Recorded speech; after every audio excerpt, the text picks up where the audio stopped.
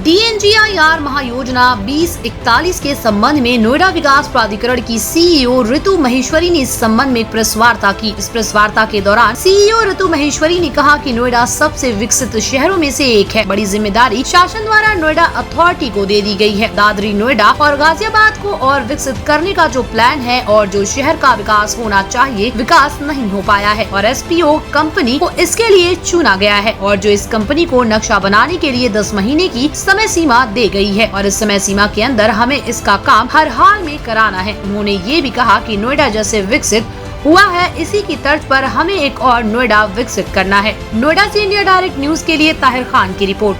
आज आप लोगों के साथ ये MOU साइन हुआ है और जैसा आप लोगों ने खुद बताया, ये नोएडा के लिए बहुत प्रेस्टिजियस प्रोजेक्ट है। नोएडा का जो वर्तमान लैंड बैंक है वो लगभग एग्जॉस्ट हो चुका है और नोएडा शहर भी काफ़ी हद तक यूपी के सबसे विकसित शहरों में से एक है। तो ये एक बड़ी जिम्मेदारी शासन के द्वारा नोएडा अथॉरिटी को दी गई है, दादरी, नोएडा, गाजियाबाद इन्वेस्टमेंट रीजन को विकसित करने की। और ये एरिया काफ़ी समय से नोटिफाइड था, लेकिन जिस तरीके से इसका विकास होना चाहिए था वो अभी तक हो नहीं पाया था।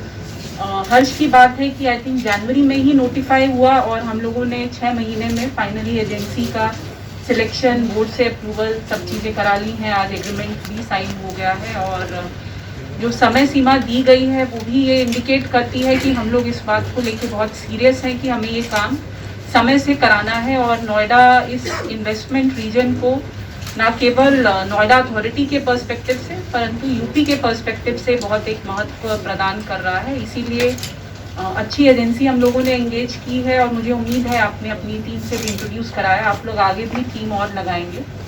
मेरी आपसे यही अपील, यही अनुरोध रहेगा कि जो भी टीम लगे वो पूरी तरह से इक्विप्ड हो और हम लोगों के लिए टाइम एक बहुत बड़ा फैक्टर रहेगा। पिछले आई थिंक 8-10 साल से ये प्रोजेक्ट, ये जो रीजन है, ये विभिन्न अथॉरिटीज़ के बीच में घूमता रहा है।